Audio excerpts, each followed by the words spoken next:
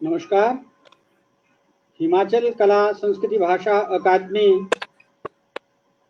द्वारा आयोजित Facebook live page पर आज के इस कार्यक्रम में डॉक्टर यशवंत सिंह परमार राज्य स्तरीय जयंती समारोह के अवसर पर आप सभी का हार्दिक स्वागत है। आज के कार्यक्रम में इस परिचर्चा में वक्तव्य प्रस्तुत करने के लिए और परिचर्चा में भाग लेने के लिए हमारे साथ जुड़ रहे हैं डॉक्टर लक्ष्मण सिंह ठाकुर जी।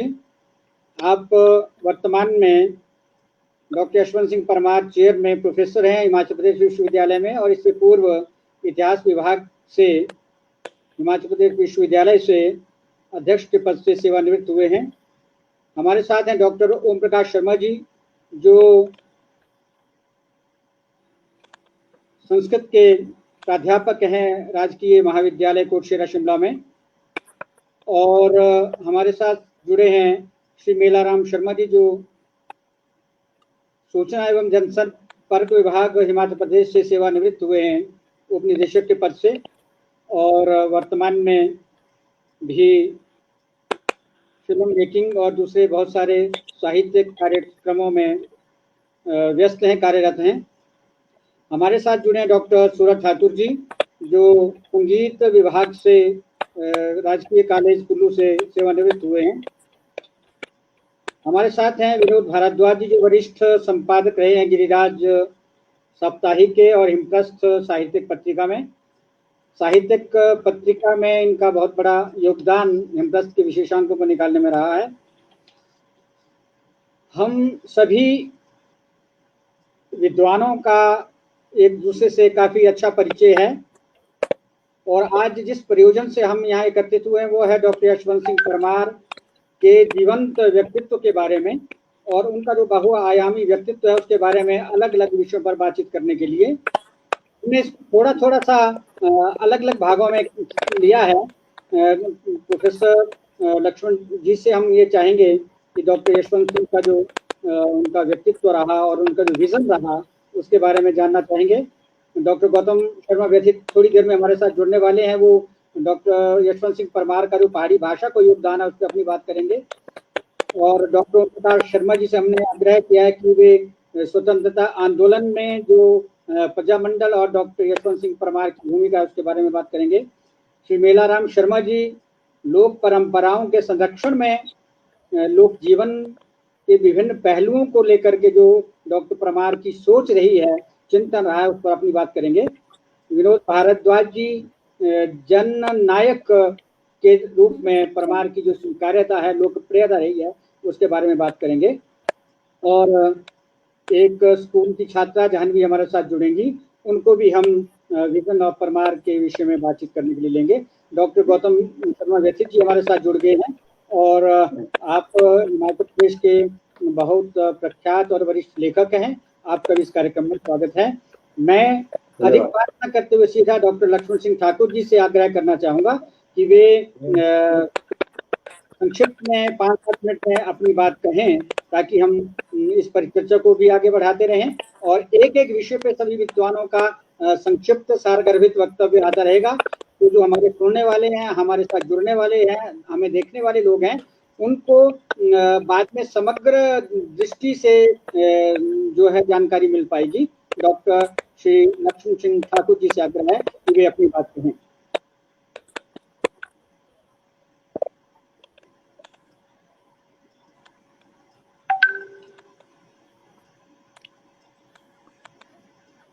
धन्यवाद।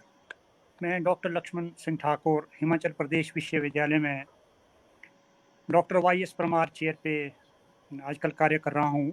आप लोग मुझे सुन पा रहे हैं? जी जी जी कहिए। बिल्कुल बिल्कुल। आप मुझे सुन रहे हैं? जी जी आप बोलते जाइए, सुन रहे हैं हम। हाँ सुन तो रहे हैं सभी। ये कार्य में आवाज आ रही है तो आपकी, हम हिमाचल सुन रहे हैं, बोलिए। प्रदेश का जो इतिहास है उसे मैं पिछले 35 वर्षों से पढ़ा रहा हूँ, लेकिन परमार के विषय में बहुत सारे ऐसे तथ्य है जो अभी तक सामने नहीं आए हैं। हमने करीब के 55 ऐसे लेख प्राप्त किए हैं जो अभी तक पब्लिक डोमेन में नहीं है। उन लेखों का मैं संपादन कर रहा हूं और शीघ्र ही इस वर्ष के अंत तक शायद ये पुस्तक आ जाएगी। इसका नाम मैंने nurturing the idea of Himachal Pradesh रखा है। सर्वप्रथम बहुत सारी पुस्तकें आजकल बाजारों में हैं, उसमें एक बहुत बड़ी गलती जो सामने नजर आई है कि डॉक्टर वाईएस परमार 24 मार्च 1952 को मुख्यमंत्री बने। वो बिल्कुल गलत है। उन्होंने 8 मार्च 1952 को मुख्यमंत्री पद की शपथ ली और वो शपथ राष्ट्रपति निवास, जिसको आज Indian institute of advance study कहते हैं, वहां पे ली। और मंत्रिमंडल की पहली बैठक 24 मार्च 1952 को हुई। तो बहुत सारे विद्वानों ने, जितने भी आजकल पुस्तकें बाजार में हैं, हमारे छात्र और छात्राएं गलत जानकारी प्राप्त कर रहे हैं। इवन आपके चीफ मिनिस्टर और राज्यपाल भी जब अपना संदेश 26 जनवरी या 15 अप्रैल को देते हैं, उसमें वही बात की चर्चा होती है। इस बात का बहुत दुख है। डॉक्टर परमार के विषय में, क्योंकि ये बहुत महान शिक्षाविद थे, चिंतक थे, 3 या 4 संदर्भ में सिर्फ एक छोटी सी बात कहूंगा। क्योंकि इन्होंने बहुत सारी ऐसी प्रथाएं या सुधार किए जो भारत के लिए भी अग्रिम रहे, और इनका योगदान खास करके 3 या 4 क्षेत्र में ऐसा रहा जिसमें इन्होंने एक किस्म से जिसको कहते हैं कि स्टेलर, पूरा घटनाक्रम को बदल दिया। पहला, जिस वक्त हिमाचल प्रदेश राज्य का गठन हो रहा था, अगर भी बाकी नेताओं के साथ, राजाओं के साथ मिलके होते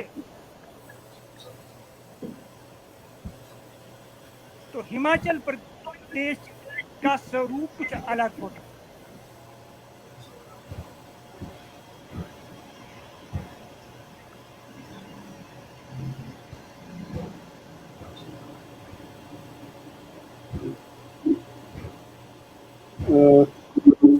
शायद डॉक्टर लक्ष्मण ठाकुर जी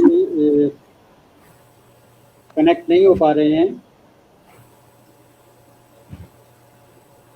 उनका हम बाद में उनको लेते हैं। डॉक्टर मेलाराम शर्मा जी, आप तो आवाज़ सुन पा रहे हैं, तो आपसे मैं चाहूँगा कि आप बात को आगे बढ़ाएं, अपनी बात कर लें। जैसे ही लक्ष्मण ठाकुर जी हमें कनेक्ट करेंगे, हम दोबारा से उनसे जुड़ेंगे। बिल्कुल सही जी जी। जैसे कि ठाकुर लक्ष्मण सिंह जी ने अभी बात उनकी जहां से कटी है कि उन्होंने कहा कि यदि ये उस समय डॉक्टर परमार जो है राजाओं के साथ या उन लोगों के साथ मिलके होते तो आज हिमाचल का ये स्वरूप नहीं होता जो हम देख रहे हैं। और हम जिस तरह से एक गौरव महसूस कर रहे हैं हिमाचल के लोग कि हम एक पहाड़ी अलग राज्य का और हम अलग राज्य का गौरव महसूस कर रहे हैं, ये सारा डॉक्टर परमार की वजह से है।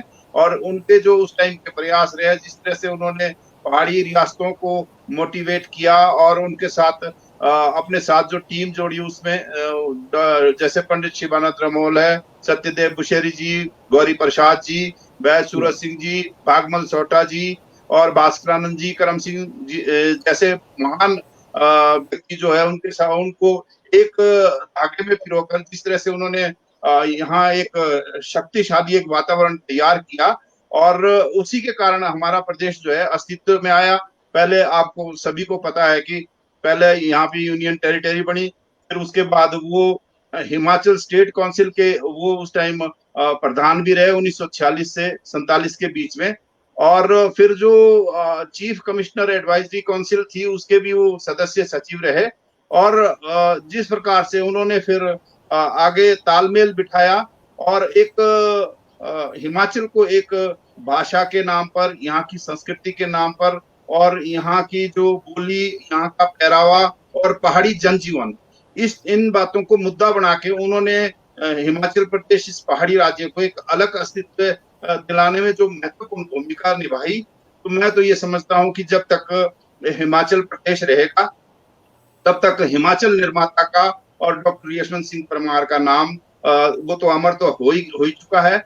और जहां तक मुझे आपने कल विषय भी दिया था, क्योंकि मैं तो बात को आगे बढ़ा रहा हूँ, वो हिमाचल प्रदेश की जो हमारी कला है, हमारी संस्कृति है और हमारे जो रीति रिवाज है, हमारी परंपराएं हैं, हमारा पहरावा है, उसके वो बड़े भारी पोषक रहे। और उनका मत था कि अगर किसी राज्य को अपनी अलग पहचान बनानी है, और है भी सही भी है कि अगर मेरी भी अपनी कोई पहचान है तो मैं सिरमौरी हूँ, तो मैं सिरमौर का अगर मुझे कल्चर की अपनी थोड़ी शुद्ध है और अपनी भाषा बोली और वहाँ का जो आचार विचार है, तो उससे मैं सिरमौरी जाना जाता हूँ।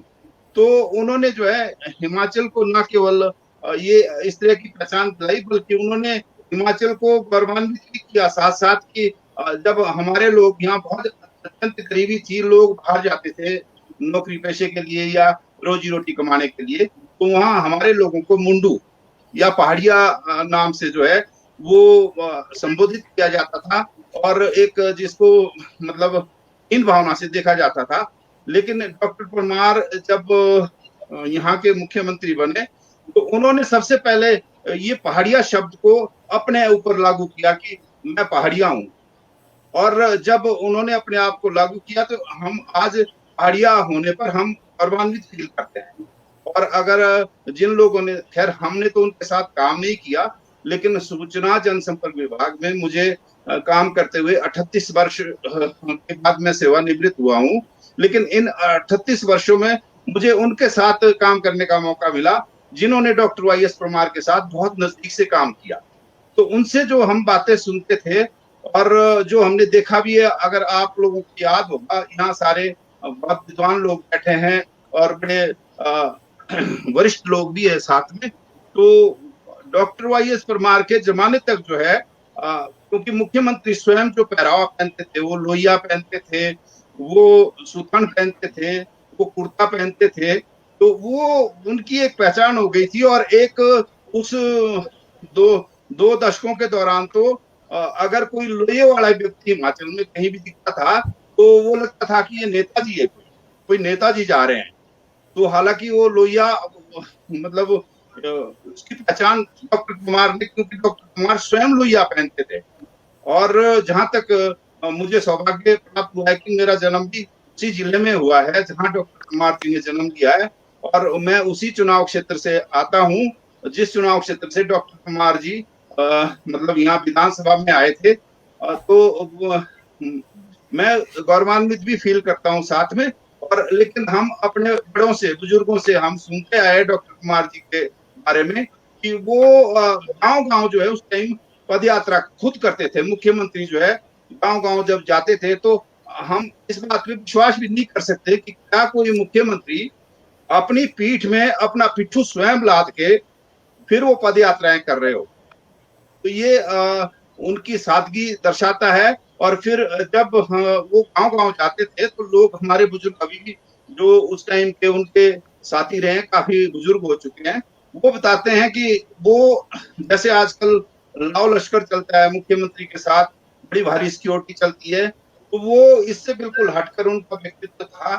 और जब वो किसी भी गांव में जाते थे तो उसी गांव में, क्योंकि गरीबी थी उन दिनों, बहुत इतनी समृद्धि नहीं थी जितनी आज है, ना इस प्रकार की व्यवस्था हुआ करती थी उस वक्त, तो वो वहां पर जो विशेष तौर पर जब गांव वालों को पहले ही निर्देश दे देते थे कि आज भोजन में यहाँ क्या बनेगा शाम को, तो वो जो लोकल वहाँ का हमारा पारंपरिक खान पान है, जैसे वहां पे वो कह देते थे कि देखो जी हम तो गांव में आए हैं, मुझे तो आज खीर पटांडे खाने हैं, मुझे सिड़कू खाने हैं, मुझे दरोटी भात खाना है, और मुझे जी उसना खाना है। उसना एक हमारे ये जो जैसे बिच्छू बुट्टी और दूसरी सब्जियां होती है इधर उधर खेतों में, उस पत्ते से बनती है, जैसे हमारे पास पालक की सब्जी आजकल समृद्ध मानी जाती है, उस तरह से उसना होता था।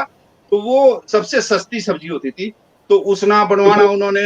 और इस तरह से फिर क्योंकि अब जब मुख्यमंत्री ऐसा भोजन खा रहे हैं तो उनके साथ जो दूसरे अफसर लोग, चाहे डिप्टी कमिश्नर साथ में है, चाहे दूसरे जिले के अधिकारी है, तो उनको भी वो भोजन मतलब भी खाते थे वो। तो वो इस चीज पे बहुत ज्यादा स्ट्रेस देते थे कि हम जो हमारा अपना खान पान है, अपना पहरावा है, अगर उसी को अपनाया जाए तो उसमें वो गौरवान्वित महसूस करते थे। तो इसलिए जो है वो एक ऐसे शख्सियत थी हमारे प्रदेश की कि जिनका जो है कोई मुझे लगता सानी नहीं है। और जहां तक त्याग और समर्पण की भावना उनके अंदर थी, आज आप देखिए किसी राज्य का इतने सालों तक मुख्यमंत्री रहा हो, देखिए ना तो सिरमौर में उनके पास देखिए चनाला गांव में जहां उनका छोटा सा पुश्तैनी मकान है, एकमात्र वही मकान मतलब हम कह सकते हैं उंगली उठाकर कि ये डॉक्टर वाईएस परमार का मकान है। सिरमौर में जिला हेडक्वार्टर आज तो कोई छोटा सा चपरासी भी कर्मचारी लगता है तो वो भी अपने जिले में कहीं ना कहीं डिस्ट्रिक्ट हेडक्वार्टर में और दूसरी जगह जाके वो अब मकान बनाने की कोशिश करता है, कोठी बनाता है, सब कुछ करता है। लेकिन क्या ऐसा कोई राजनीति के पूरे, मैं समझता हूँ पूरे देश में हमने तो नहीं सुना है कि जिसका ना तो पूरे सिरमौर में कोई मुख्यमंत्री बनने के बाद कोई मकान बनाया, ना उन्होंने शिमला में कोई मकान बनाया। और जैसा कि हम पढ़ते हैं, मैं आज भी एक अखबार में लेख पढ़ रहा था कि उनके पास सिर्फ 563 रुपए की पूंजी थी लास्ट में। आप ऐसा सोच सकते हैं कि क्या कोई किसी देश के लिए, अपने समाज के लिए, अपने लोगों के लिए इस तरह की समर्पण भावना से कोई काम कर सकता है। और फिर देखिए समर्पण तो यहाँ तक कि जब राजनीति में धीरे धीरे जब गिरावट आने लगी और जब कोई ऐसा समय आया बीच में कि कहीं उनको लगा कि अब वो उस राजनीतिक परिप्रेक्ष्य में अपने आप को फिट नहीं कर पा रहे हैं, जब कहीं सिद्धांतों की गिरावट होने लगी राजनीति में, तो उन्होंने जो है खुशी खुशी इतने बड़े पद से त्याग पत्र भी दे दिया और अपने घर में जाके बैठ गए कि मैं इस तरह की सिद्धांतहीन राजनीति में मैं फिट नहीं पा रहा हूँ अपने आप को, और घर बैठ गए हो जाके। तो इतना बड़ा समर्पण जो है किसी व्यक्ति में हो, ये हमारे लिए, सबके लिए बड़े गौरव की बात है। और इन्हीं प्रकार की चीजों से जो है किसी व्यक्ति को जो है हिमाचल निर्माता और इतने बड़े राष्ट्र में एक उच्च दर्जे के राजनीतिज्ञ का एक दर्जा प्राप्त हुआ है, कि हम सभी के लिए बड़े गौरव की बात है। बहुत बहुत धन्यवाद आपका। अभी मेलाराम शर्मा जी को आप सुन रहे थे, और डॉक्टर यशवंत सिंह परमार, जिनको हिमाचल निर्माता हम कहते हैं, और वे हिमाचल प्रदेश में सभी पीढ़ियों के लिए आदर्श हैं, चाहे वो वरिष्ठ राजनेता हों, समाज सेवक हों, साहित्यकर्मी हों, कलाकार हों, छात्र हों, कोई भी हों, और वो युवा पीढ़ी के लिए भी आदर्श बने हुए हैं। आज युवा पीढ़ी का प्रतिनिधित्व करते हुए जानवी ठाकुर हमारे साथ हैं, गवर्नमेंट कॉलेज संजौली की छात्रा हैं। वे vision of doctor YS Parmar या कुछ भी जो उनके बारे में अपने विचार व्यक्त करना चाहें, जानवी ठाकुर जी। सभी को मेरा सादर नमन। 4 अगस्त जो कि आज का दिन है, हिमाचल वासियों के लिए एक महत्वपूर्ण दिन है, याद करने का, स्मरण करने का एक ऐसे महान व्यक्ति को जिनके प्रयासों से हिमाचल वर्तमान काल में एक पूर्ण राज्य के रूप में हमारे सामने है। ये दिन है डॉक्टर यशवंत सिंह परमार की जयंती का। आज मैं एक युवा के तौर पर ये बताना चाहूंगी कि हम उनके जीवन से क्या क्या सीख सकते हैं। इसके लिए पहले मैं थोड़ा सा उनके जीवन के बारे में बताना चाहूंगी। डॉक्टर परमार, जिन्हें हम हिमाचल निर्माता के नाम से भी जानते हैं, का जन्म 4 अगस्त सन 1906 में तत्कालीन सिरमौर रियासत के बागथन के समीप एक गांव में श्री भंडारी शिवानंद सिंह के यहाँ हुआ था। बचपन से ही शिक्षा और खेलकूद में अव्वल रहने वाले डॉक्टर परमार ने एमए और एलएलबी की डिग्री प्राप्त करने के पश्चात सन 1930 में सब जज के रूप में सिरमौर राज्य में नियुक्ति पाई। वे इस पद पर सन 1937 तक कार्यशील रहे। उसके बाद स्वतंत्रता सेनानियों से संबंधों के कारण वे सरकार की नजरों में चुभने लगे और उन्हें सिरमौर छोड़कर जाना पड़ा। परिस्थितियां कितनी भी कठिनाई भरी क्यों ना रही हों, परंतु डॉक्टर परमार कभी हताश नहीं हुए और उन्होंने ना सिर्फ स्वतंत्रता संग्राम में पूर्ण सहयोग दिया, परंतु हिमाचल को पूर्ण राज्य का दर्जा दिलाने हेतु संघर्ष भी किया। उनके संघर्षों के परिणाम स्वरूप ही 25 जनवरी सन 1971 को हिमाचल प्रदेश ने पूर्ण राज्य का दर्जा प्राप्त किया। उनका जीवन और परिश्रम मेरी पीढ़ी के लिए, मेरे लिए प्रेरणा का स्रोत है, जो हमें संयम सिखाता है कि जीवन में परिस्थितियां चाहे कितनी भी विकट क्यों ना हो, हमें हार नहीं माननी चाहिए, अपितु लक्ष्य प्राप्ति के लिए प्रयत्नशील रहना चाहिए, क्योंकि there is a phrase, never give up. Today is hard. Tomorrow will be worse, but day after tomorrow will be sunshine. अब अगर हम डॉक्टर परमार जी की सोच या विजन के बारे में बात करें, तो उनकी सोच के साथ हर पीढ़ी के लोग आज भी खुद को जोड़ सकते हैं। अगर मैं अपने हिसाब से उनकी विजन, उनकी सोच को बांटने का प्रयास करूं, तो मैं उसे 5 श्रेणियों में रखती हूँ। पहली, शिक्षा या एजुकेशन को लेकर। दूसरी, संस्कृति धरोहर या कल्चरल हेरिटेज को लेकर।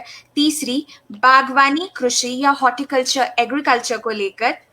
चौथी, जल विद्युत ऊर्जा या हाइड्रो पावर प्रोजेक्ट्स को लेकर। पांचवी, पर्यटन या टूरिज्म को लेकर। डॉक्टर परमार जी का मानना था कि हिमाचल को उन्नति के शिखर पर पहुंचने के लिए इन 5 क्षेत्रों को एक आधारशिला के रूप में रखना होगा, जिस पर भविष्य में विकास की इमारतें खड़ी हो सके। विकास की ओर कदम बढ़ाते हुए उन्हीं के समय में सन 1971 में हिमाचल कला, संस्कृति और भाषा अकादमी की स्थापना हुई। साथ ही उनके समय में शिक्षा के विस्तार के लिए कई प्राथमिक, मिडिल और हाई स्कूलों के साथ 26 कॉलेजेस की स्थापना की गई। बागवानी और कृषि के क्षेत्र में किए गए कार्यों के विषय में तो डॉक्टर MS स्वामीनाथन, जिन्हें हम green revolution, Indian green revolution के पिता के रूप में भी जानते हैं, ने कहा था, यदि भारत में आज हिमाचल प्रदेश एक सेब राज्य के नाम से प्रसिद्ध हुआ, तो उसका प्रमुख श्रेय डॉक्टर परमार को जाता है। पर्यटन और जल विद्युत ऊर्जा को हिमाचल की प्रगति के द्वार बताने वाले डॉक्टर परमार जी, उनके व्यक्तित्व की जितनी भी व्याख्या की जाए उतना कम है। अतः एक महान नेता जो पहाड़ों में जन्मे, पहाड़ों के लिए जिए और अंत में पहाड़ों के ही हो गए, के लिए बस इतना कहना चाहूंगी, if your actions create a legacy that inspires others to dream more, to learn more, to do more, and to become more, then you are an excellent leader. And as a proud Himachali, I carry this legacy. तो मैं एक youth के तौर पे यही कहना चाहूंगी कि जब भी हम हताश होते हैं, यदि हम डॉक्टर YS परमार के बारे में पढ़ें, उनके जीवन के बारे में जानें, तो हम उस हताशा को दरकिनार करते हुए अपने लक्ष्य की ओर बढ़ सकते हैं, क्योंकि उन्होंने सादगी और परिश्रम से जीवन व्यतीत करते हुए हमें कई ज़्यादा चीज़ें सिखाई हैं और हमें ये बताया है कि परिस्थितियां कैसी भी हों, लेकिन अगर हम अपने लक्ष्य की ओर बढ़ते जाएंगे तो उसकी प्राप्ति जरूर करेंगे। धन्यवाद। बहुत अच्छा। धन्यवाद जानवी। Thank you. आज का हिमाचली युवा डॉक्टर YS परमार को कैसे अपना आदर्श मानता है और क्या उनसे सीख ले सकता है, कैसे जीवन में आगे बढ़ सकता है, उसकी ओर संकेत किया। अब मैं डॉक्टर गौतम व्यथित शर्मा जी से ये जरूर जानना चाहूँगा कि डॉक्टर YS परमार के प्रयत्नों से जब हिमाचल प्रदेश की स्थापना हुई, पूर्ण राज्य का दर्जा मिला और उसके बाद विस्तार हुआ, उसके पीछे बहुत बड़ा एक कारण था भौगोलिक हिमाचल की स्थिति और पहाड़ी भाषा और संस्कृति। तो पहाड़ी भाषा और संस्कृति को जो उनका योगदान रहा उसको वो किस दृष्टि से देखते हैं, संक्षिप्त में डॉक्टर गौतम व्यथित जी। धन्यवाद डॉक्टर करम सिंह जी, और इस आयोजन के लिए भी आपका आभार। मेरे पूर्व वक्ताओं ने बहुत ही बढ़िया ढंग से परमार जी के जीवन और व्यक्तित्व और उनके जो सोच थी प्रदेश को प्रगति पथ पर आगे बढ़ाने की, उसके विषय पर बहुत अच्छे ढंग से बात की। जहाँ तक आपका विषय जो मुझे दिया गया अभी कि मैं उनके प्रदेश में भाषा और संस्कृति को लेकर के बात करूं, तो मैं ये कहना चाहता हूं कि डॉक्टर वाई.एस. परमार जी से मेरा परिचय 1966 में पंचायत समितियों के सम्मेलन में हुआ, जब मैं और पीयूष गुलेरी रैत के पंचायत समिति के अध्यक्ष के साथ शिमला उस महासम्मेलन में गए। तो दूसरे दिन जब परमार जी यूएस में समिति मेंबरों को मिलने के लिए, उनके स्वागत के लिए प्रार्थी जी के साथ वहां पर आए, तो जब हमारे कमरे में पहुंचे तो हम दोनों को देख करके उन्होंने प्रश्न किया कि क्या ये दोनों युवा भी पंचायत समिति के सदस्य हैं। तो हमारे जो अध्यक्ष थे पंडित बख्शीराम जी ब्लॉक समिति के, उन्होंने कहा नहीं नहीं, ये हमारे क्षेत्र के दो कवि हैं। और ऐसा सुनते ही दोनों ही प्रार्थी जी भी और परमार जी बहुत प्रसन्न हुए और उन्होंने कहा है ऐसी बात है कि आपके क्षेत्र में ऐसे कवि हैं? तो उन्होंने कहा हाँ। तो मैं समझता हूँ कि वो हमारे लिए एक ऐसा क्षण था कि हमने परमार जी के साथ वो नज़दीकी पाई केवल मात्र अपनी भाषा पहाड़ी के कारण, अपनी संस्कृति के कारण, और उसके बाद हमारा उनके साथ राबता या रिश्ता जो था वो बढ़ता चला गया। मैं उनके भाषा के प्रति प्रेम को लेकर के इतना कहना चाहूँगा कि प्रदेश में भाषा विभाग की स्थापना, जो कि पहले शिक्षा विभाग के अंतर्गत थी, और उसको एक अलग से जो है वो विभाग बनाना, और हिमाचल प्रदेश भाषा कला संस्कृति की स्थापना करना और उसके विकास के लिए निरंतर प्रयास करना और उसका दायित्व लालचंद प्रार्थी जी को देना। मैं समझता हूँ कि उनकी जो विजन था, सोच थी, अपनी संस्कृति, अपनी भाषा को बनाने के, उसको विकसित करने के लिए वो एक महत्वपूर्ण पक्ष था उनके दृष्टिकोण का। जहाँ तक आपने प्रश्न किया कि उस समय एक बहुत बड़ा प्रश्न चल रहा था कि क्या ये विशाल हिमाचल जिसमें पंजाब के पहाड़ी क्षेत्र मिलाए गए हैं, जो कि कईयों के अनुमान से अपनी भाषा संस्कृति में भिन्नता रखते थे, सभ्याचार में भिन्नता रखते थे, क्या वो एक हो सकेंगे? एक बहुत बड़ी बहस का विषय रहा। तो मुझे स्मरण है कि धर्मशाला में जब महाराज कृष्ण काऊ जो थे वो डिप्टी कमिश्नर कांगड़ा थे, तो वहाँ धर्मशाला में पुलिस के जो था वो खेल प्रतियोगिता का जो समापन समारोह था, उसमें डॉक्टर वाई.एस. परमार आने वाले थे अपने पूरी कैबिनेट मंत्रियों के साथ, क्योंकि उस समय ये बहुत बड़ी समस्या थी ओल्ड एंड न्यू की। तो मुझे काऊ साहब ने कहा कि भाई वैसे तो ऐसा करते हैं कि शाम को हम यहाँ पुणे कांगड़ा का जो धुआंकड़ा है उसको हम दिखाते हैं। तो वो मुझे ले गए आईजी से शर्मा जी के पास। तो आईजी शर्मा एग्री नहीं हो रहे थे कि we have no time for the girls on this stage because it's a police stage. लेकिन काऊ साहब ने आग्रह किया तो उन्होंने हमें 3-4 मिनट दिए। लेकिन बड़ी आश्चर्य की बात है कि जब हमने कार्यक्रम दिया रात को, तो लगभग 35 मिनट हमने कार्यक्रम दिया और उसके बाद भी उन्होंने चाहा कि और दिखाया जाए मुझे। तो बाद में जब उन्होंने भाषण दिया तो उन्होंने यही बात स्ट्रेस की कि कौन कहता है कि नए और पुराने हिमाचल में अंतर है। हम भी नाचते हैं, यहाँ भी नृत्य की परंपरा है। देखिए किस प्रकार से महिला नृत्य है, किस प्रकार से बच्चियां इस नृत्य को कर रही थी, किस प्रकार से उन्होंने गालियां गाई, किस प्रकार से संस्कृति के विभिन्न पक्ष जो थे, भाषा के विभिन्न बोल और शब्द जो थे वो आए और उनको बिल्कुल हम समझ रहे थे। तो उनका ऐसा कहना हम समझते हैं कि उनको अपने प्रदेश को भाषाई दृष्टि से, संस्कृति की दृष्टि से, लोकाचार की दृष्टि से, सभ्याचार की दृष्टि से जोड़ने का एक बहुत ही एक स्वप्न था, उद्देश्य था, जो कि उन्होंने भाषा विभाग और प्रदेश की अकादमी के माध्यम से साकार किया।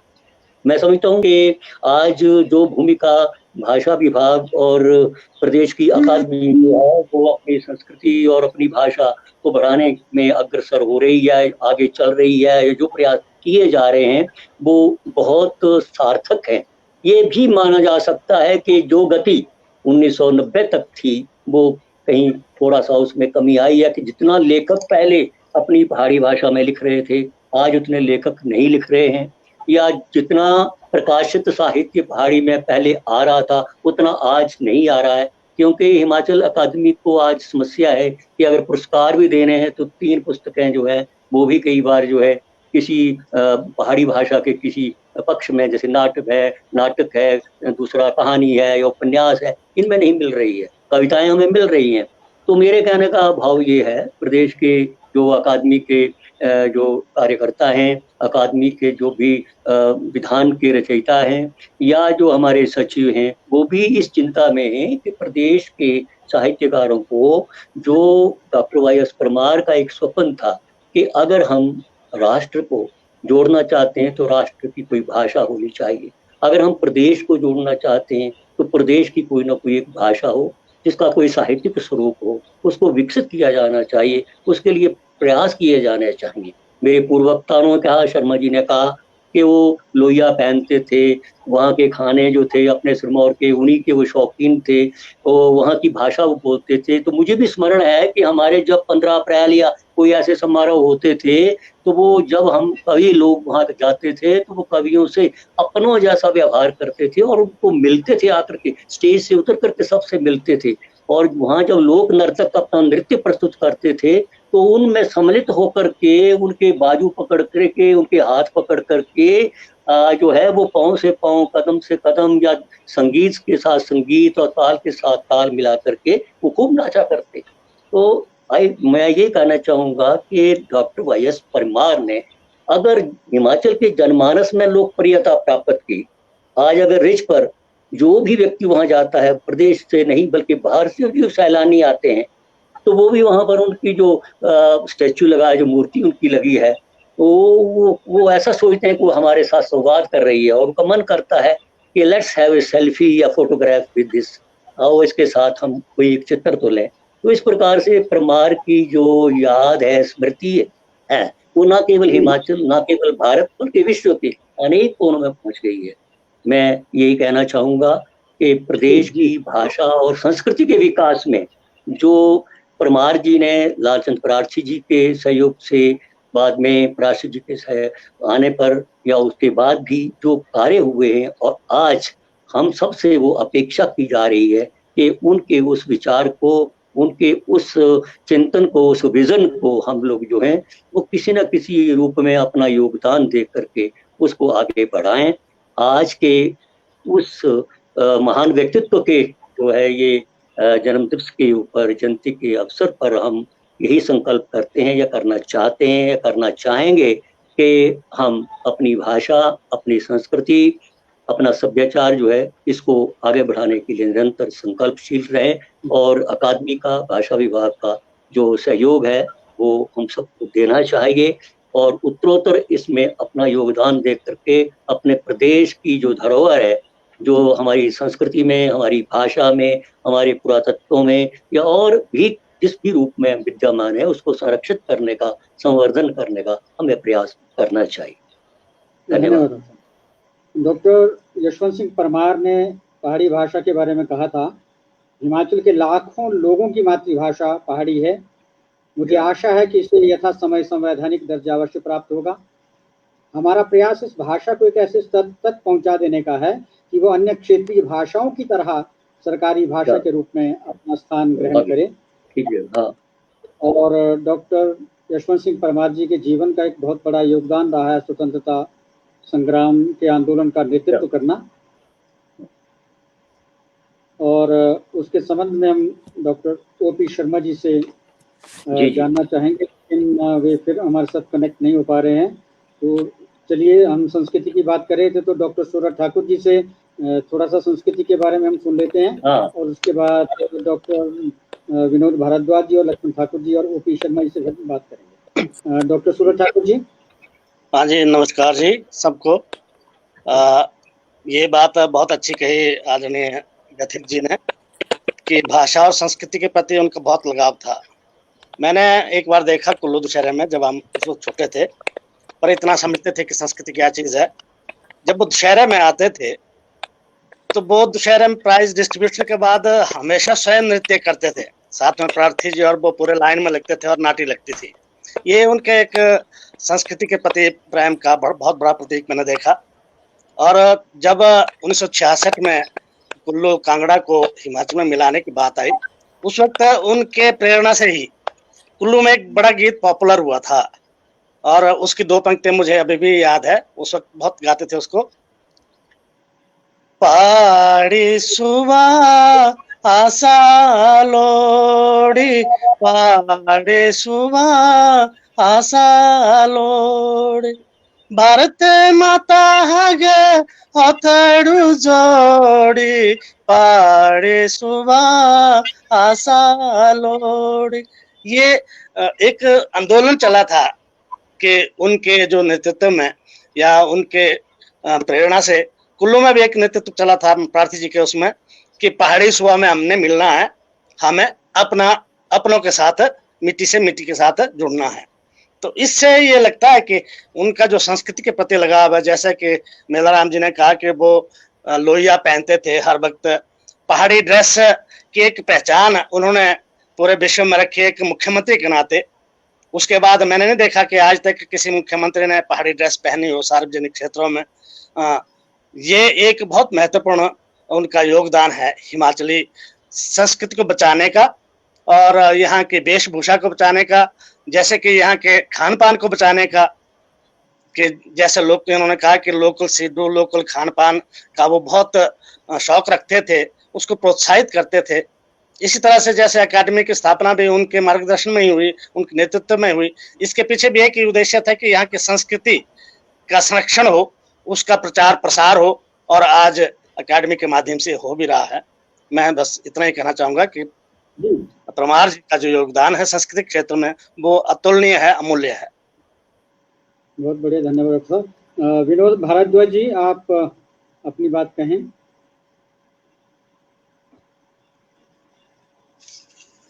विनोद भारद्वाज जी, सुन पा रहे हैं आप?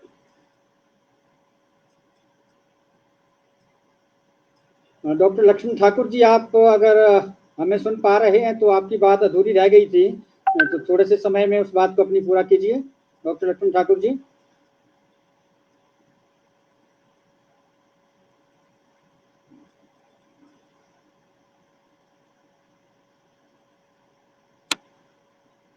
डॉक्टर लक्ष्मण ठाकुर जी भी शायद आवाज नहीं सुन पा रहे हैं।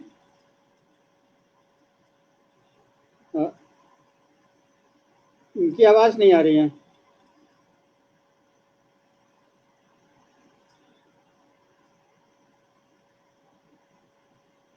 डॉक्टर ओपी शर्मा जी भी हमारे साथ नहीं जुड़ पा रहे हैं। तो जैसा आज हम लोग डॉक्टर यशवंत सिंह परमार की राज्य स्तरीय जयंती के आयोजन में इस परिचर्चा में बैठे हैं और भाग ले रहे हैं, आज प्रातःकाल माननीय मुख्यमंत्री महोदय की अध्यक्षता में पीटरहॉफ में एक बहुत बड़ा राज्य स्तरीय आयोजन भाषा विभाग और हिमाचल प्रदेश सरकार द्वारा किया गया, जिसमें माननीय मुख्यमंत्री स्वयं उपस्थित रहे और उन्होंने डॉक्टर परमार के संबंध में अपना वक्तव्य भी दिया।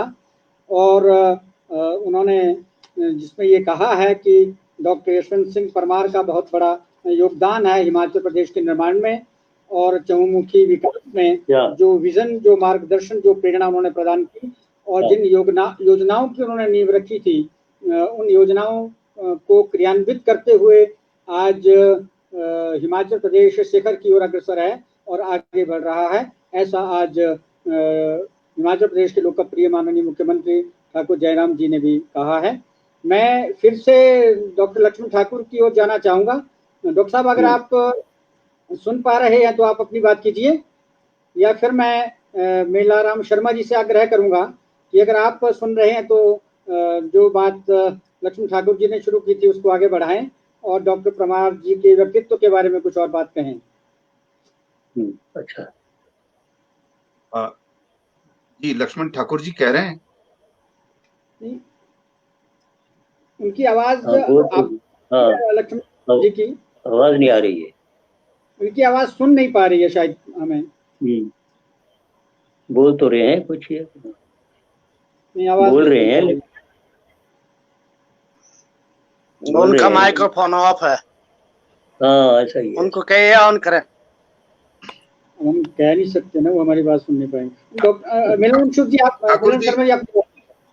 हाँ, मैं ठाकुर जी, मैं ये कहना चाह रहा हूँ, मेरी आवाज आ रही है?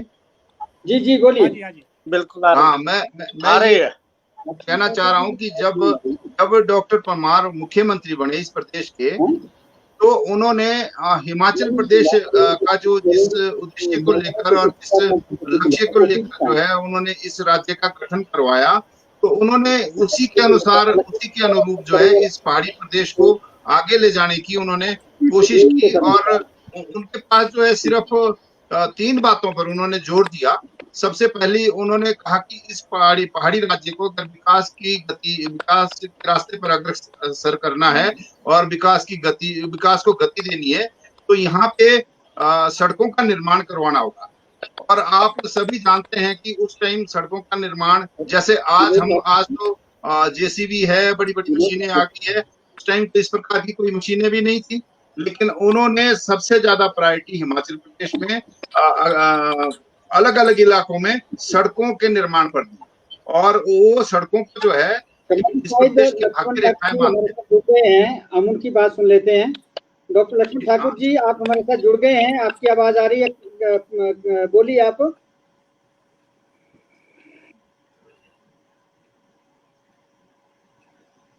डॉक्टर लक्ष्मण ठाकुर जी बोलिए, आपको हम सुनना चाह रहे हैं।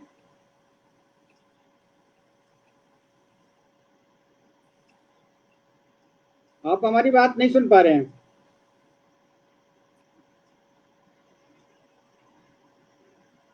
विनोद भारद्वाज जी भी हमारे साथ नहीं जुड़ पा रहे हैं।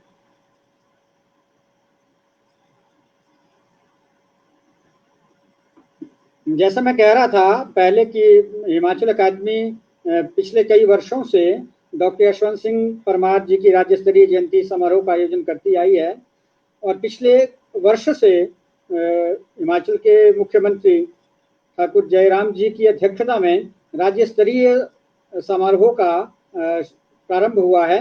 और आज भी वह कार्यक्रम जयंती समारोह बहुत धूमधाम से मनाया गया है। डॉक्टर गौतम जी, आपका सफर बहुत लंबा रहा है और आपने बहुत पहले का वो भी माहौल देखा है जहाँ पहाड़ी भाषा और संस्कृति का आंदोलन बहुत जोरों पे था। आज भी वो धीरे धीरे चल रहा है। तो आज के परिदृश्य में डॉक्टर यशवंत सिंह जी की जो सोच है, जो उसका इम्प्लीमेंटेशन हो रहा है, उसको आप किस दृष्टि से देखते हैं?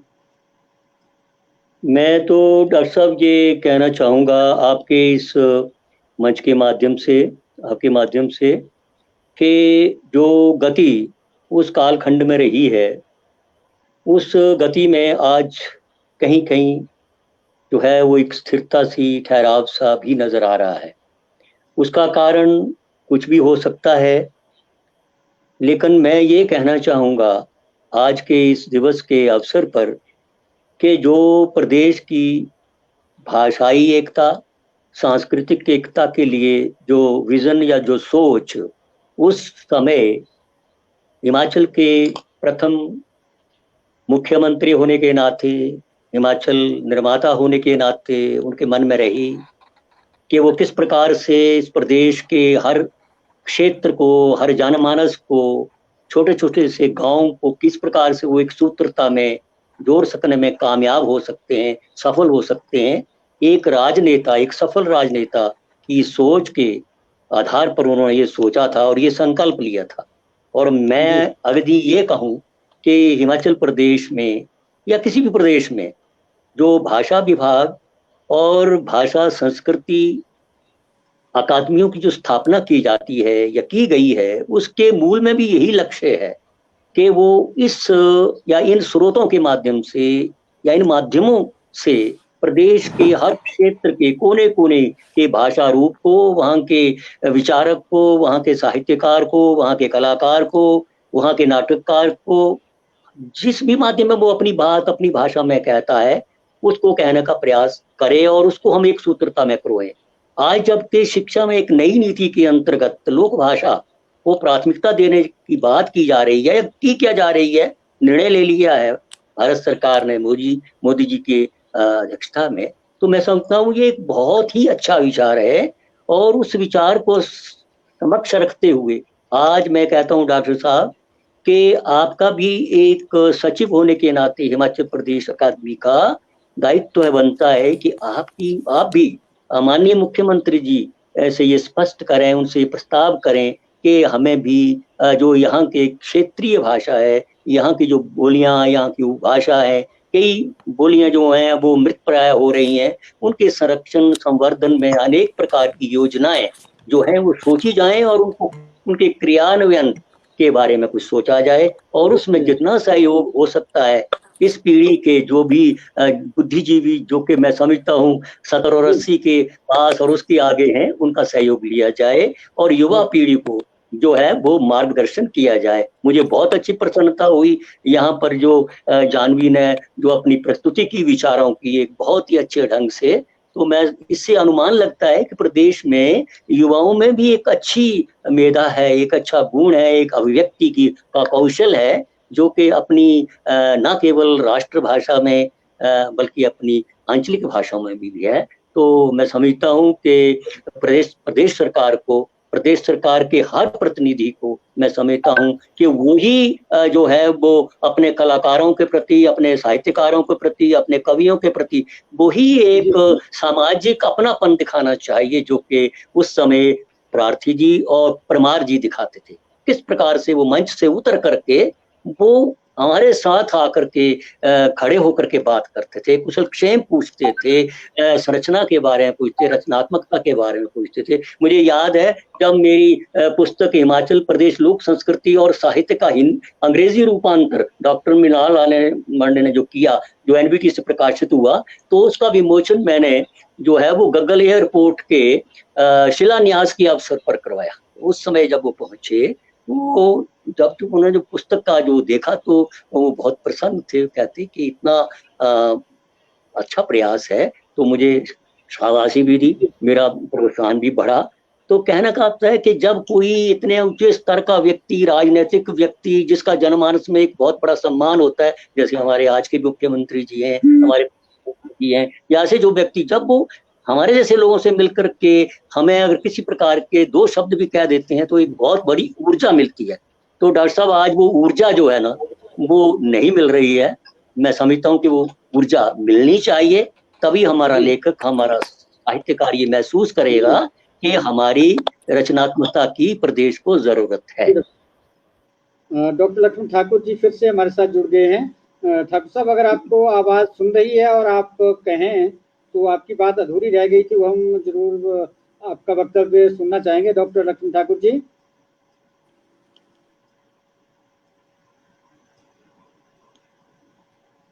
शायद वो हमारी बात नहीं सुन पा रहे हैं या उनकी बात हम तक नहीं पहुंच पा रही है, तो सिग्नल की प्रॉब्लम पा रहे हैं। विनोद भारद्वाज भी हमारे साथ नहीं जुड़ पा रहे हैं। मिलाराम शर्मा जी, आपसे ही हम जानना चाहेंगे, जो प्रश्न हमारा विनोद भारद्वाज जी से होना था कि डॉक्टर वाईएस परमार लोगों के बीच निर्भीकता से जाते थे, उनके साथ बैठ करके नाचना, गाना, खाना और मेले त्योहारों में खूब मौज मस्ती करना, लोगों के साथ मिलना। आप तो जनसंपर्क विभाग में रहे हैं, उनका जनसंपर्क, उनकी लोकप्रियता कैसी रही है सिरमौर जनपद में और पूरे हिमाचल में?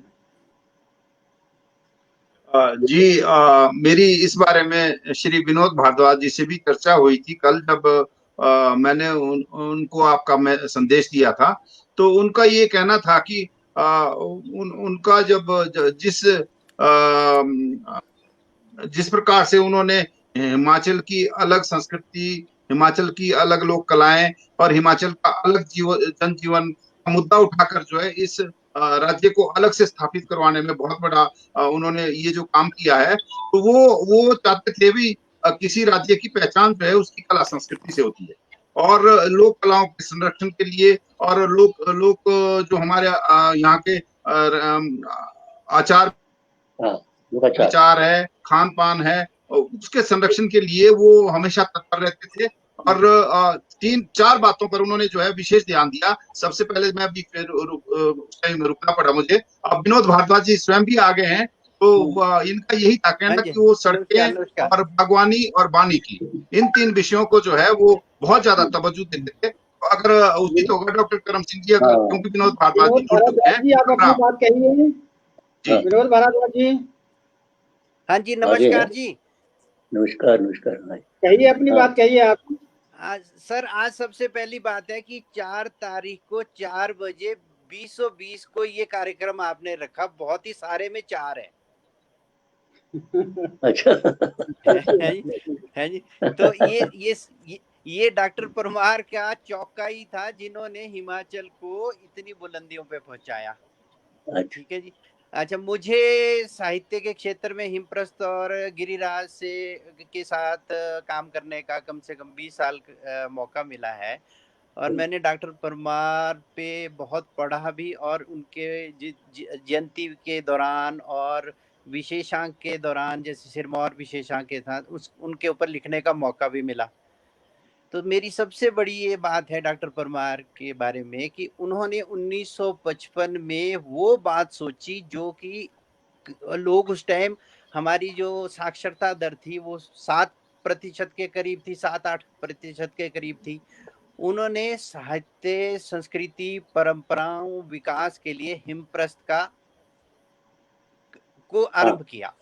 और हिमप्रस्थ को आरंभ करना अप्रैल 1955 में हिमप्रस्थ आरंभ होगी। और उसमें उस वक्त के जो लेखक थे, जो अच्छे शीर्ष लेखक थे, बहुत कम थे, उंगलियों पे जिनके नाम गिने जा सकते थे, उनको एक मंच प्रदान करने के साथ साथ नवोदित लेखकों को लिए एक मंच प्रदान किया, जबकि हिमाचल में ना कोई अखबार थी, ना कोई पत्रिका थी। तो डॉक्टर परमार की दूरदर्शिता ये थी कि उन्होंने 1955 में जो एक पौधा लगाया था वो आज भी वैसे ही फल फूल रहा है। और उसका योगदान इतना है कि उस पत्रिका के आरंभ होने से हिमाचल के, जब 5 जिलों से हिमाचल का गठन था, तो चंबा वाले सिरमौर के बारे में, सिरमौर वाले बिलासपुर, सिरमौर वाले मंडी के बारे में, और अन्य लोगों के बारे में, परंपराओं, संस्कृति के बारे में ये जान पाए कि हमारे चंबा जो खान पान है वो सिरमौर से भी मिलता है। और इसी तरह से उन्होंने, इससे क्या हुआ कि धीरे धीरे हिमाचल के एकीकरण के लिए जो उन्होंने भाषा और के ऊपर एक किताब लिखी, जिसमें कि उससे 1900 जो विशाल हिमाचल के गठन में बहुत योगदान मिला। और डॉक्टर परमार के साथ, क्योंकि मेरे को सौभाग्य प्राप्त हुआ, राजगढ़ स्कूल में मेरी शिक्षा, आरंभिक शिक्षा हुई, और हमने डॉक्टर परमार के कार्यक्रमों में बहुत छोटे स्तर पे आके उनके मंच के पर नाच गाना या कुछ जो स्कूल के कार्यक्रम थे उसमें भाग लिया। तो डॉक्टर परमार का हमारे घर में भी आना जाना बहुत था। तो एक बार का एक किस्सा मैं आपको सुनाना चाहता हूँ कि डॉक्टर परमार हमारे पिताजी के निमंत्रण पे हमारे घर आए। तो उन्होंने कहा कि सवेरे का नाश्ता भी करूंगा और पुरानी अखबारें भी पढ़ूंगा, और मेरे साथ कम से कम 20 लोग होंगे। तो 20 लोग जो होंगे उनका नाश्ता आप तैयार करवा दें, पर आपके पास बर्तन नहीं होंगे इतने लोगों के लिए। उन्होंने अपने आप ये चीज कही आने से पहले, और कहा कि हम जो अस्पताल की सफेद प्लेट होती है उसमें खाना खाएंगे। तो ये डॉक्टर परमार की इतनी बड़ी महानता थी कि वो जो थे वो एक सामान्य जन के बारे में सोचते हैं, और सामान्य जन से लेके वो बड़े लोगों तक उनका एक जो व्यक्तित्व था उसके बारे में झलकता है। और ऐसा ही एक राजगढ़ का उनके मेले का, वैसाखी के मेले का एक वृतांत है कि डॉक्टर परमार जब मेले में आए शिरकत करने के लिए, तो जब मेला खत्म होके वो वापस जा रहे थे तो बहुत जोर की बारिश लग गई। तो उस वक्त एक व्यक्ति उनके पास बड़ा गया और उसने अपना छाता उनके सिर पे रख दिया।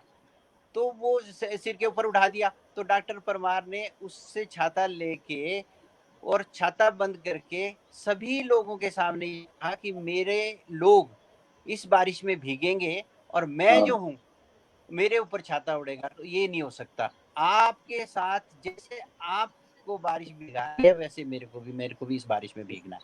तो उनसे उनके जो दर्शन था वो इतना बड़ा था कि वो आज उनका जो व्यक्तित्व है हिमालय की तरह ऊंचा है, और हिमाचल का नाम पहचान जो उन्होंने हमें दी है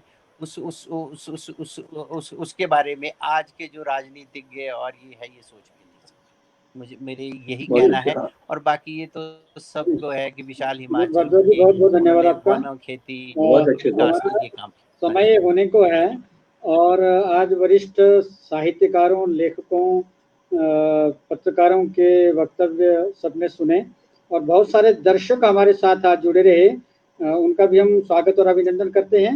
हम सबके कमेंट्स तो नहीं ले पाए हैं, और सबको सुनने के बाद जाह्नवी ठाकुर से जरूर ये जानना चाहेंगे कि एक युवा होने के नाते, विद्यार्थी होने के नाते परमार का विजन कैसे प्रभावित करता है, और वे अपने युवा साथियों को आज की जयंती समारोह के परिप्रेक्ष्य में क्या संदेश देना चाहते हैं?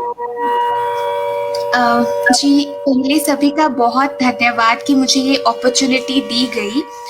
अगर हम परमार जी को आज पढ़ें, उनके जीवन को और अच्छे से जानें, तो जैसे कि मैं हूँ या फिर और युवा पीढ़ी है, तो हम लोगों में एक संयम की कमी होती है।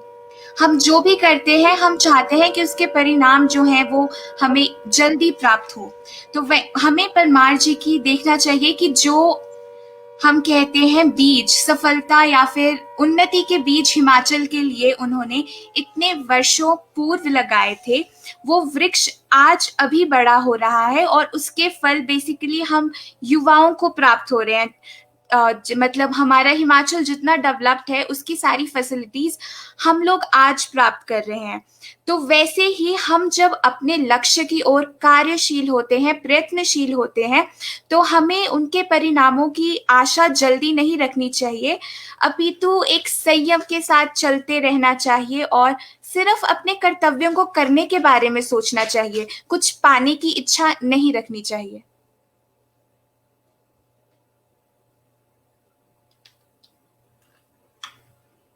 अब समापन की ओर बढ़ते हुए डॉक्टर सूरज ठाकुर जी से संक्षिप्त से आज के कार्यक्रम के संबंध में और परमार जी का जो एक कल्चरल जो विजन रहा उसके बारे में संक्षिप्त टिप्पणी, और उसके बाद हम समापन की ओर आगे बढ़ेंगे। आज का जो हिमाचल कला संस्कृति भाषा अकादमी ने माननीय स्वर्गीय परमार जी के उस पर रखा, और एक बड़े सार्थक आज चर्चा हुई। भाषा पे भी डॉक्टर गौतम व्यति जी ने बताया, नीलाराम शर्मा जी ने संस्कृति के बारे में बताया, उनके अनुभव साझा किया। भारद्वाज जी ने तो पर्सनल अनुभव भी साझा किए कि किस तरह से वो नाश्ते पे आए थे। और लक्ष्मण जी की बात अभी शुरू हुई थी, उतना हम सुन नहीं सके। और सबसे बड़ी बात जो जाह्नवी जी ने अपने विचार व्यक्त किए, और नई पीढ़ी ने एक हमें आशा जगाई कि नए लोग में उतना ही उत्साह है जितने पुराने लोगों में एक जज्बा था, जज्बा है, और जज्बा भी है। जैसे गौतम व्यति जी को देख रहे हैं हम, अभी वही जज्बा है, उसी जज्बे से बात करते हैं, उसी जज्बे से अध्ययन करते हैं और अपनी बात रखते हैं। वैसी बात जाह्नवी जी ने रखी, और मुझे बड़ा अच्छा लगा कि इस तरह से हर कार्यक्रम में हम अकादमी के जो भी कार्यक्रम होते हैं, एक आध जरूर यंग ब्लड को जरूर जोड़े, नए जो करना चाहते हैं, जिनके अंदर जज्बा है, उनकी पहचान करके उनको मौका दिया जाए। इसी तरह से हस्तांतरण होता रहता है। अब व्यति जी से हमने सुना, समझा, फिर इनके पीछे पीछे हम चले, हमारे पीछे ये चलेंगे, फिर उनके पीछे आगे, लगातार एक हस्तांतरण समाज में, संस्कृति में, भाषा में निरंतर होता रहता है, और ये बहुत ज़रूरी है। वैक्यूम नहीं आना चाहिए बीच में। मैं अंत में एक बार सबसे फिर बहुत बहुत बधाई देना चाहूँगा डॉक्टर करम सिंह जी को कि आपने इस आयोजन को रखा, और इसमें हमें भी शिरकत करने का मौका मिला। और उस बहाने मुझे वो कुल्लू की 2 लाइनें भी याद आई कि उस वक्त उनके नेतृत्व में कुल्लू में किस प्रकार से हिमाचल में मिलने की लहर एक पैदा हुई थी। बहुत बहुत धन्यवाद। बहुत बढ़िया, धन्यवाद आपका। डॉक्टर यशवंत सिंह परमार के शब्द आज भी पहाड़ों की वादियों में गूंज रहे हैं, जिसमें उन्होंने कहा था, गरीबी पहाड़ की नियति नहीं है, हिमाचल प्रदेश के लोग परिश्रमी, शांति प्रिय, कानून के पाबंद तथा ईमानदार हैं। वे अपनी समस्याओं से जूझने तथा उनको लांघकर आगे बढ़कर प्रदेश तथा राष्ट्र के निर्माण में योगदान देने में सर्वथा सक्षम हैं और आज ये उनके शब्द साकार होते नजर आ रहे हैं। ये हमारे लिए बहुत सौभाग्य की बात है। आज शाम भी 7 बजे डॉक्टर यशवंत सिंह परमार राज्य स्तरीय जयंती समारोह के अवसर पर अकादमी द्वारा एक कार्यक्रम आप हर रोज की तरह देखेंगे 7 से 8 बजे तक। इस कार्यक्रम में जगदीश शर्मा जी का डॉक्टर परमार के संबंध में वक्तव्य रहेगा और लगभग 20-22 कवियों की कविताओं को आप सुन पाएंगे। कल संस्कृत सप्ताह के संबंध में 4 बजे प्रशांत भारद्वाज जी का वक्तव्य होगा, सरस्वती नदी का उद्गम और सरस्वती नदी सभ्यता और अयोध्या के श्री राम, उस विषय को लेकर के। और शाम को 7 बजे कल संस्कृत कवि सम्मेलन होने वाला है, जिसमें लगभग 15 संस्कृत के कवि जो हैं वो भाग लेंगे और ये कार्यक्रम अकादमी के इसी फेसबुक पेज पर आप देख पाएंगे, सुन पाएंगे। आज के इस कार्यक्रम में डॉक्टर लक्ष्मण ठाकुर जी को हम ठीक से सुन नहीं पाए, डॉक्टर ओम प्रकाश शर्मा जी हमसे ठीक से नहीं जुड़ पाए। उनका वक्तव्य आज मुख्य कार्यक्रम में रहा है, जहां माननीय मुख्यमंत्री महोदय ने राज्य स्तरीय कार्यक्रम की अध्यक्षता की है। उसमें जो मुख्य वक्तव्य था जो डॉक्टर ओम प्रकाश शर्मा जी का था और उसको बहुत सराहा गया है और उन्होंने बहुत अच्छी तरह से अपने विषय का आज भी वहाँ पर संप्रेषण किया है। आज के इस परिचर्चा में डॉक्टर गौतम व्यतीत शर्मा जी, श्री मेलाराम शर्मा जी, डॉक्टर सूरज ठाकुर जी, श्री विनोद भारद्वाज जी और जाह्नवी ठाकुर जी का सभी का मैं हृदय से हिमाचल कला संस्कृति भाषा अकादमी की ओर से आभार व्यक्त करता हूँ, धन्यवाद व्यक्त करता हूँ। और धन्यवाद करता हूँ इस कार्यक्रम के कंट्रोलर संपादक हितेंद्र शर्मा जी का, जिन्होंने इस ऐप के माध्यम से इस कार्यक्रम का संचालन किया और हम सबको जोड़ने का एक सफल प्रयास किया और ये कार्यक्रम संभव हो पाया है। एक बार फिर से आप सभी का वक्तव्य के लिए, विचार साझा करने के लिए धन्यवाद। और हम धन्यवाद ही हैं उन सभी अपने दर्शकों के, श्रोताओं के, जो हर रोज 4 बजे भी हमारे साथ जुड़ते हैं और शाम को 7 बजे भी हमारे साथ जुड़ करके सभी की बातों को सुनते हैं, लोगों तक पहुंचाने का प्रयास करते हैं। आप सभी का एक बार फिर से बहुत बहुत धन्यवाद, आभार, नमस्कार।